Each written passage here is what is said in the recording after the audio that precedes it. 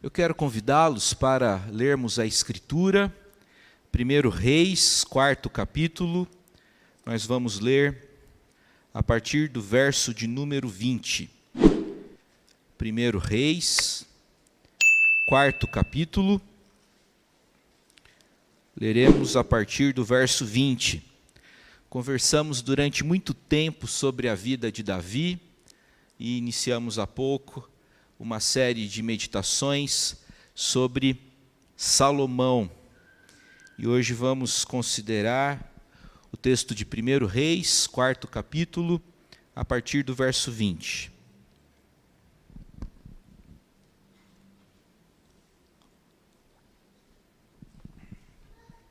Eram, pois, os de Judá e Israel muitos, numerosos como a areia que está ao pé do mar.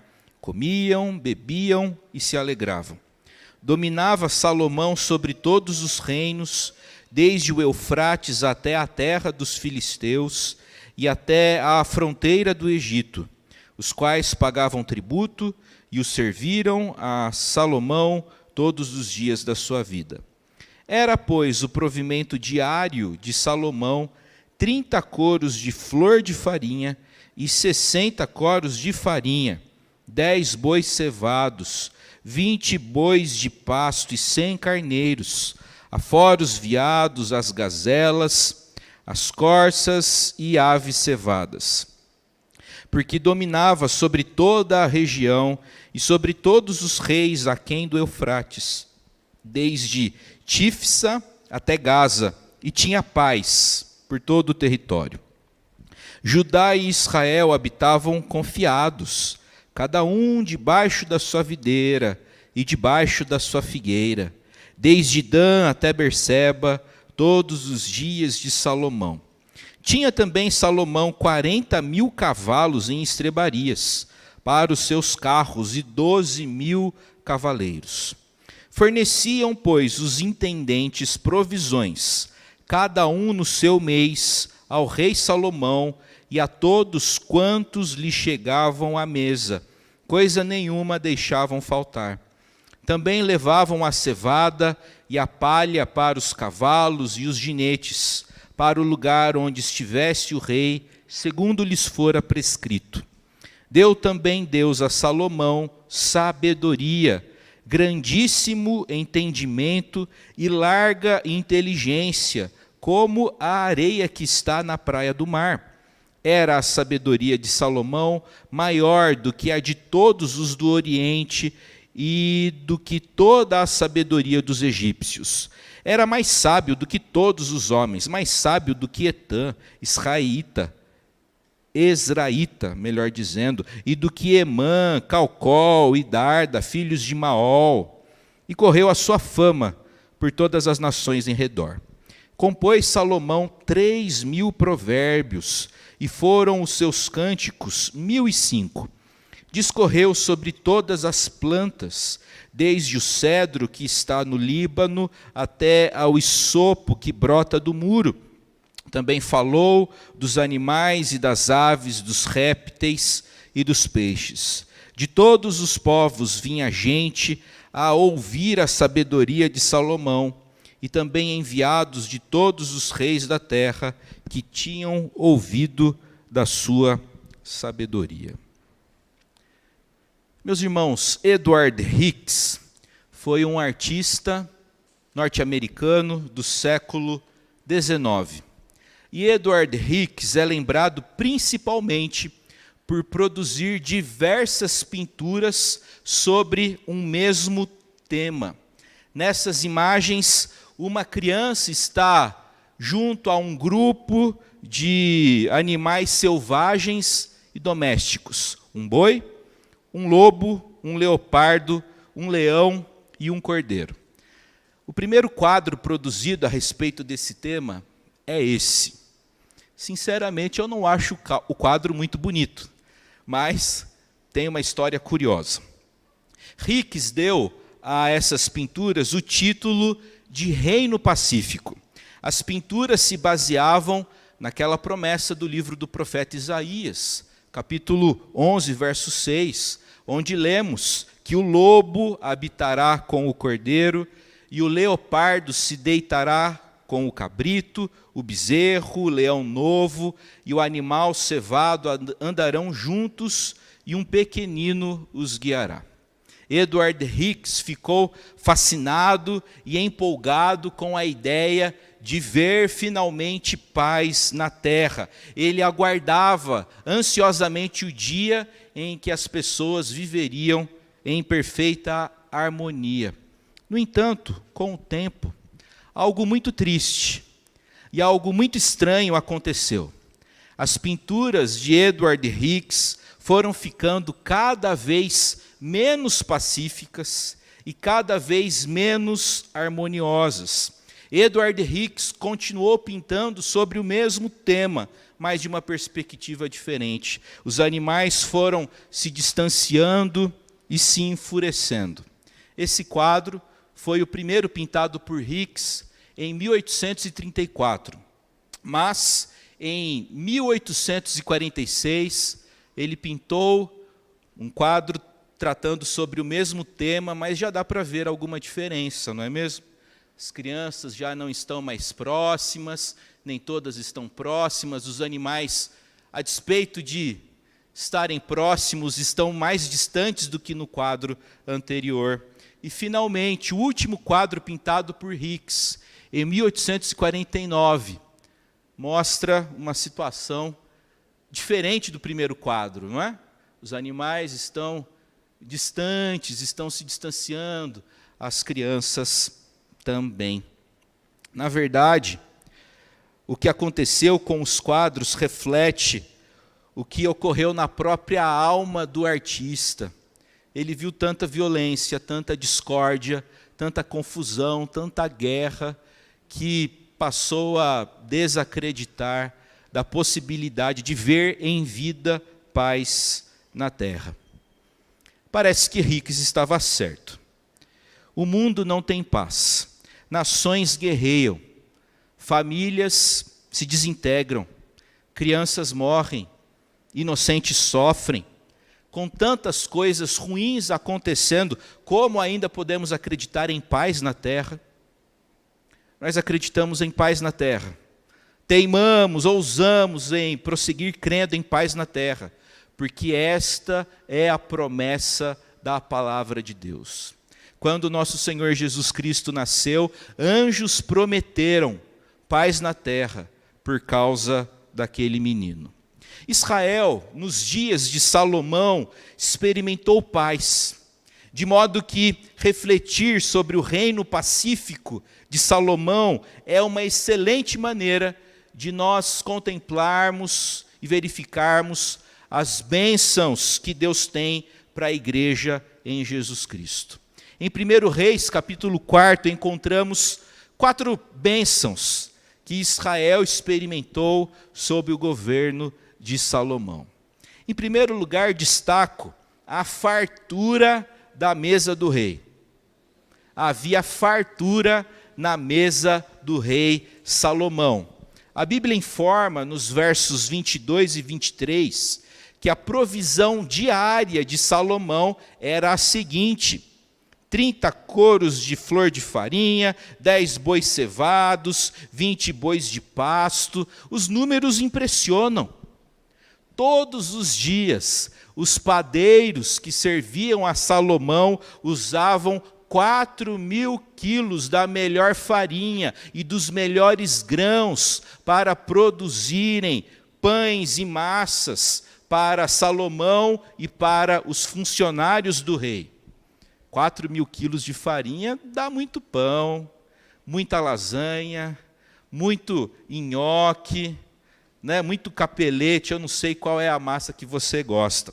Além das massas, havia também grande variedade na oferta de carnes, carne vermelha, carne de frango, enfim, era carne assada, como os goianos se referem a churrasco, né?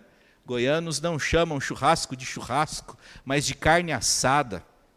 Era carne assada todo dia. Salomão tinha um banquete a cada dia da semana. Essas provisões eram necessárias por causa do número enorme de funcionários do rei. Cerca de 20.000 funcionários públicos. Além das pessoas, Salomão também precisava manter os seus muitos cavalos. A verdade é que o Estado, sob Salomão, a despeito de ter paz, ficou inchado. O Estado ficou grande, o Estado ficou pesado. Se nós quisermos ter uma ideia de como a máquina administrativa se complicou no tempo de Salomão, é só considerarmos os funcionários. Em 1 Reis encontramos a lista dos funcionários do rei Salomão. 1 Reis, capítulo 4. Em 2 Samuel, capítulo 8, encontramos a lista dos funcionários de Davi. Uma lista muito menor. Na época de Salomão, diminuíram-se os sacerdotes e aumentou-se o número de secretários. Como pagar por tudo isso? Mais impostos, naturalmente.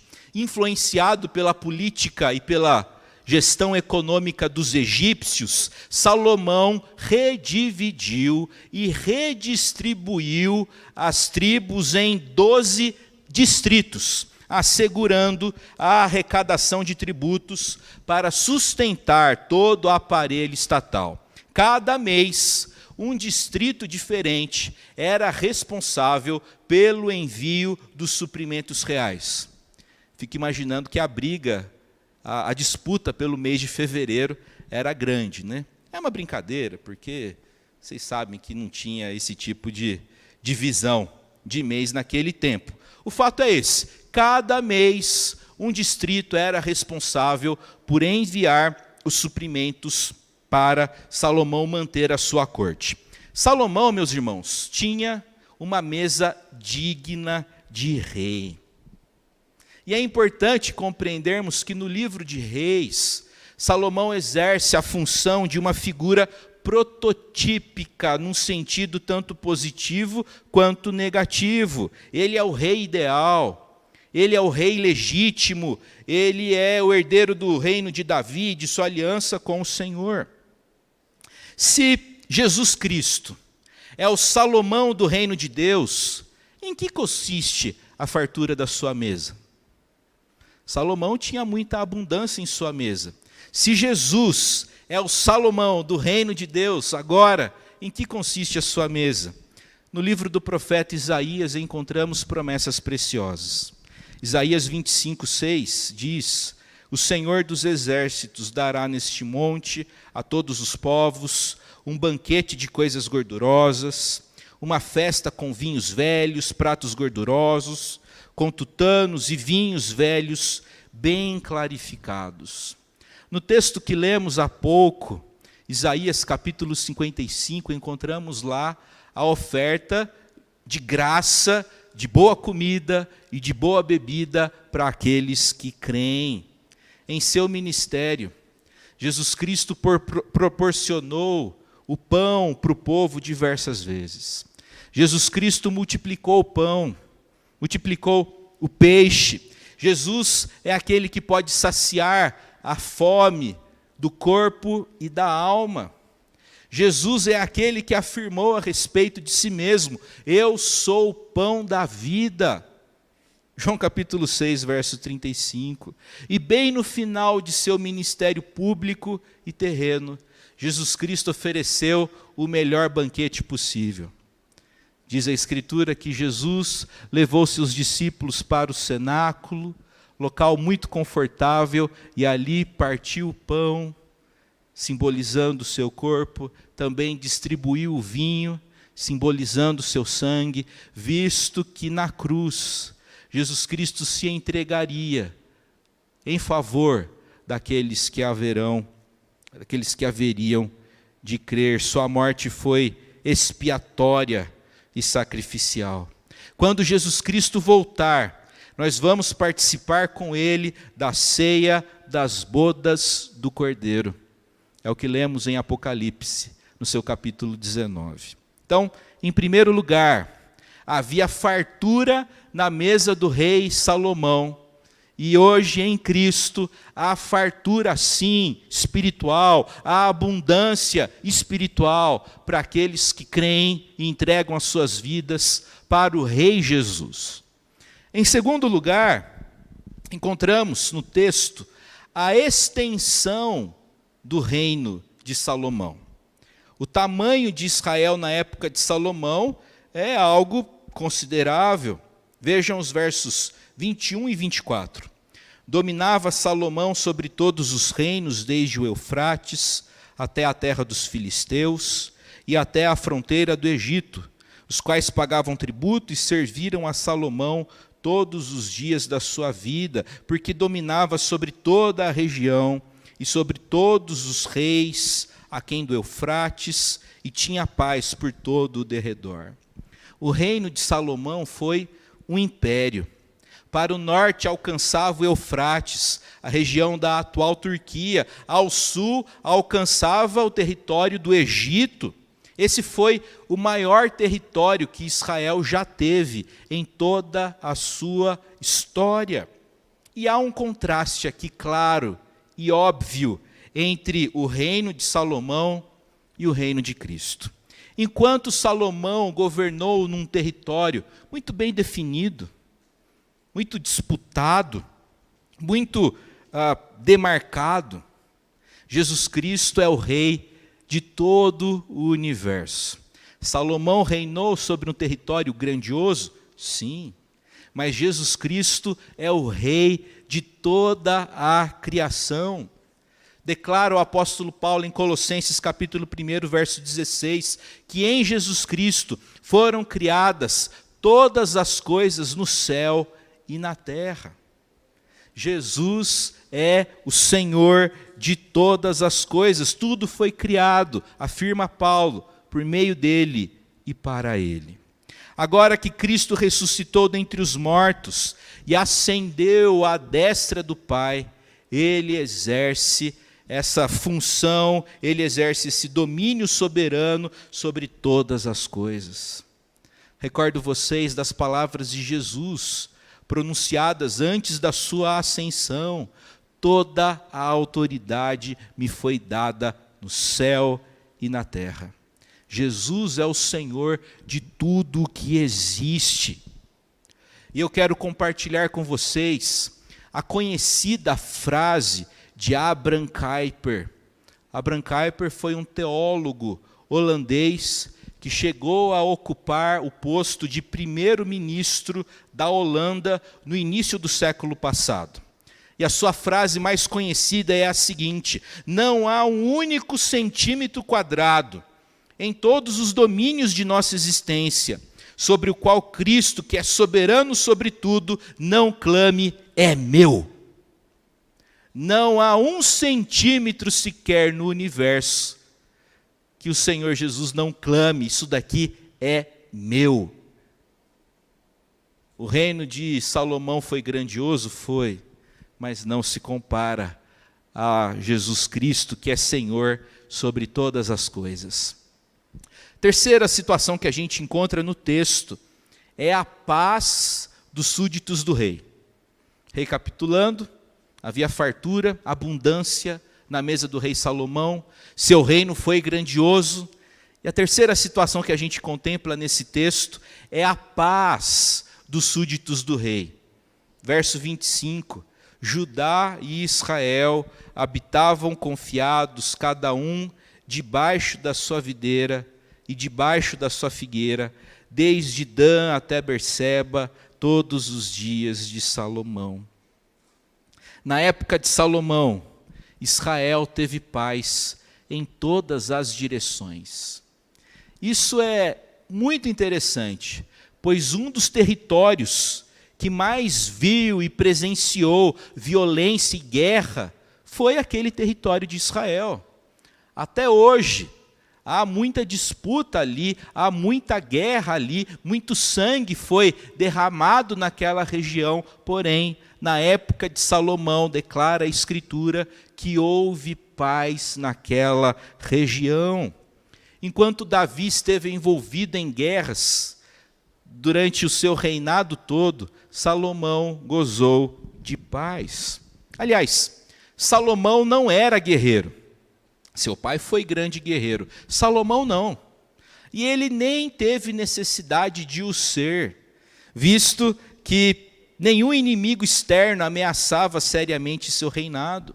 Politicamente, seu dever também não era o de defender o Estado ou ampliá-lo, era apenas mantê-lo. E nisso, na maioria das vezes, Salomão foi muito bem sucedido.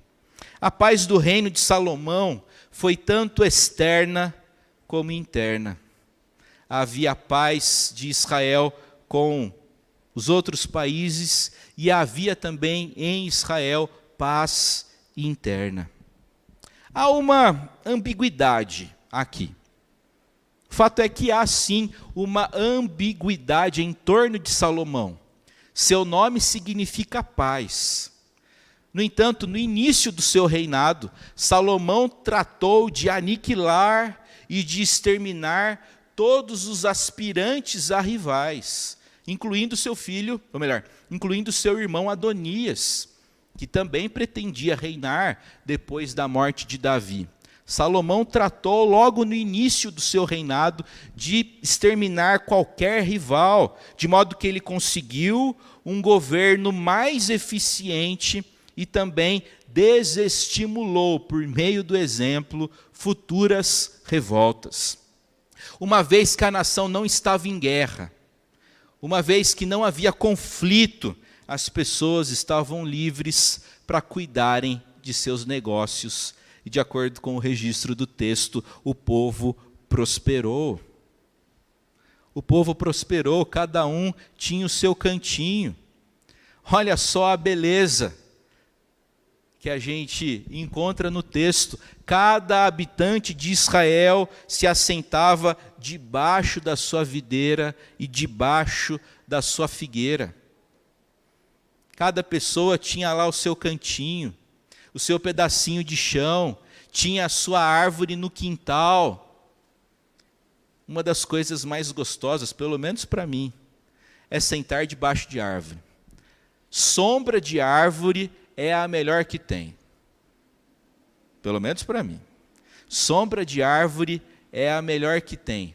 Imagina só você tendo árvores no seu quintal, que alegria, que delícia.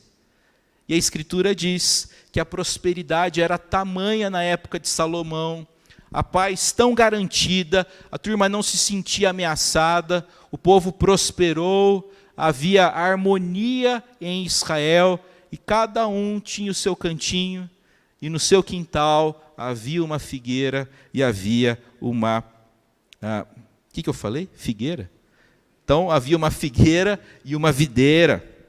Em outras palavras, cada israelita tinha um lugar para chamar de seu.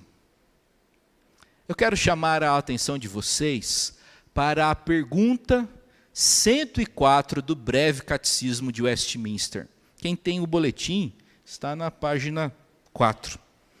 A pergunta 104 do breve catecismo é a seguinte: pelo que oramos na quarta petição, aqui os teólogos de Westminster estão chamando a atenção do povo para a oração dominical, o Pai Nosso.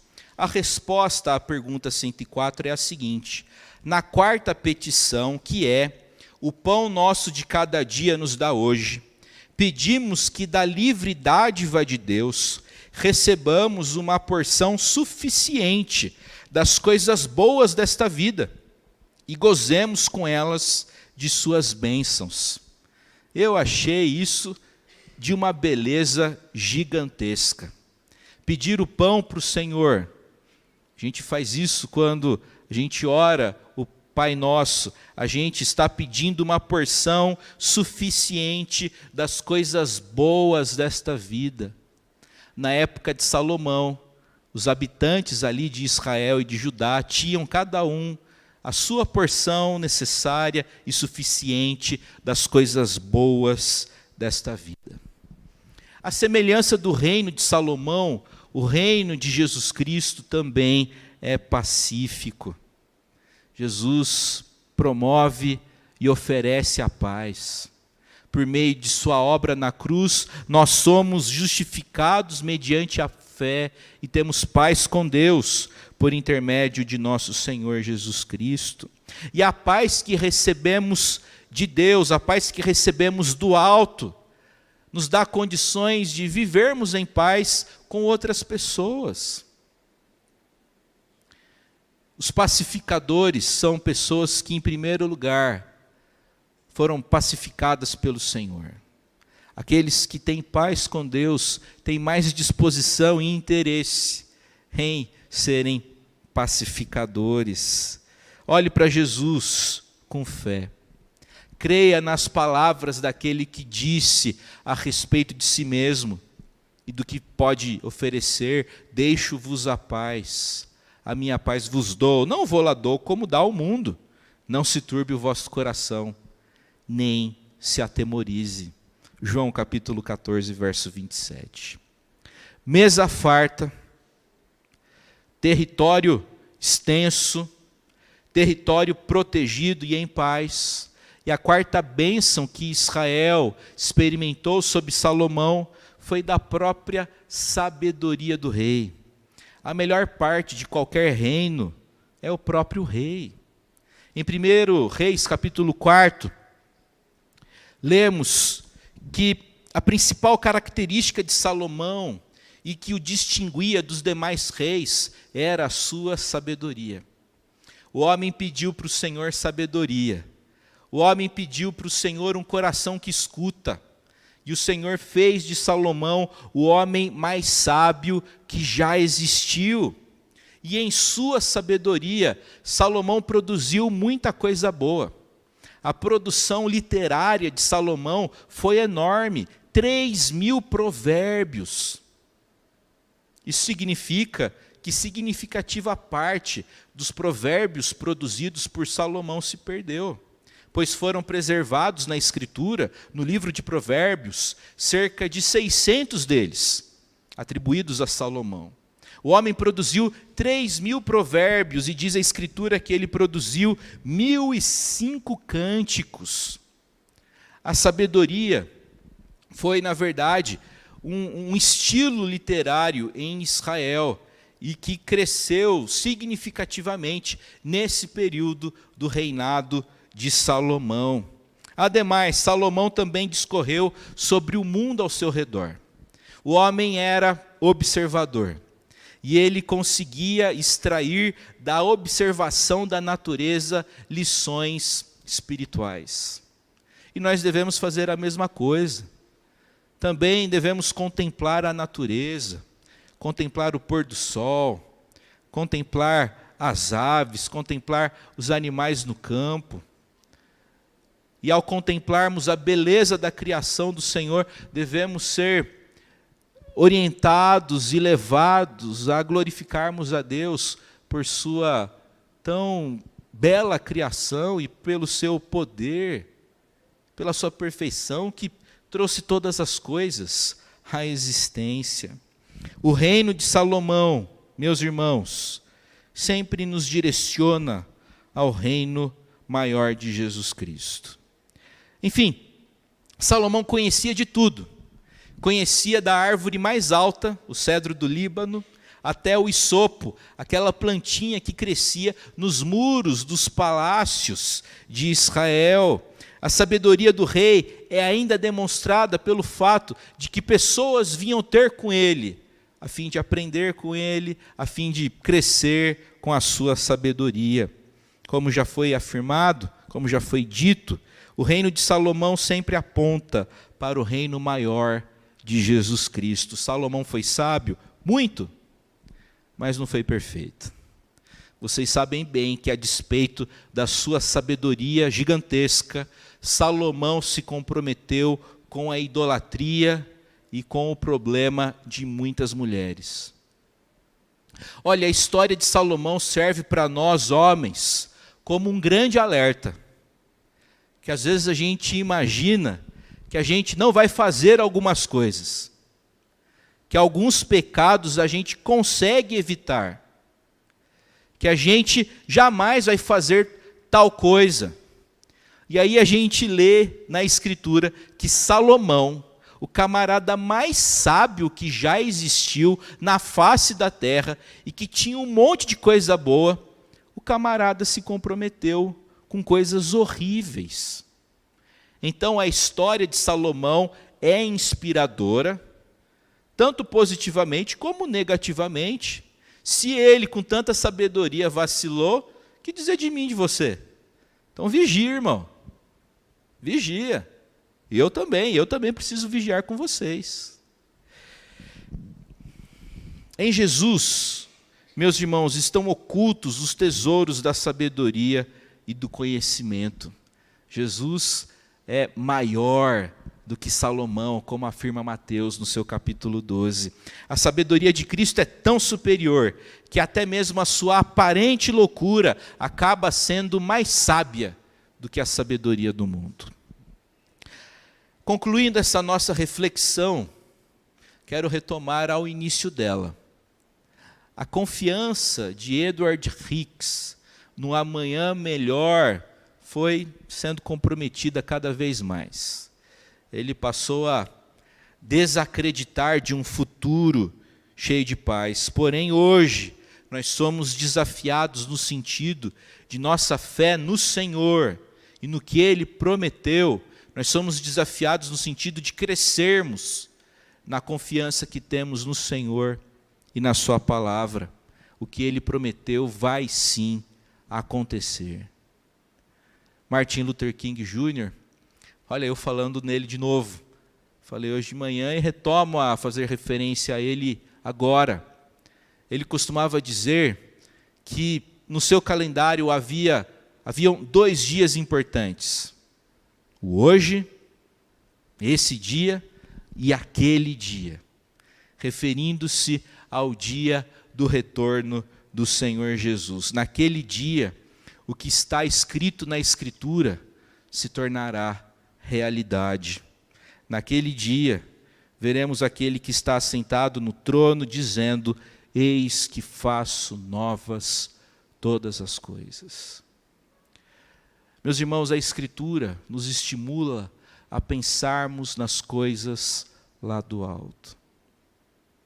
Nós precisamos, como povo do Senhor, aqui em Jundiaí, nesse ano de 2023, nós precisamos pensar mais nas coisas lá do alto.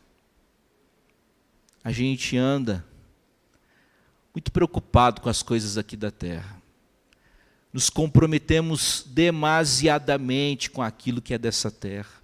Nos entregamos muito àquilo que é terreno. Esperamos retorno daquilo que é terreno e às vezes deixamos de olhar com expectativa e com esperança para aquilo que o Senhor tem prometido para nós. A Escritura vem dessa forma chamar a nossa atenção. Olha, você não vai encontrar plena felicidade aqui. Você não vai encontrar plena realização nas coisas terrenas.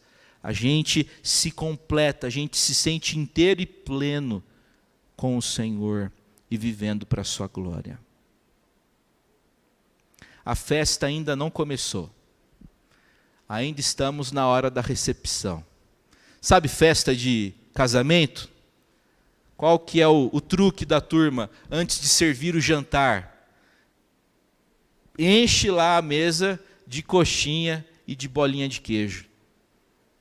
E aí, às vezes, você se acaba ali, você come o risoles, você come a bolinha de queijo, você come o quibe, e na hora da janta, você já está cheio.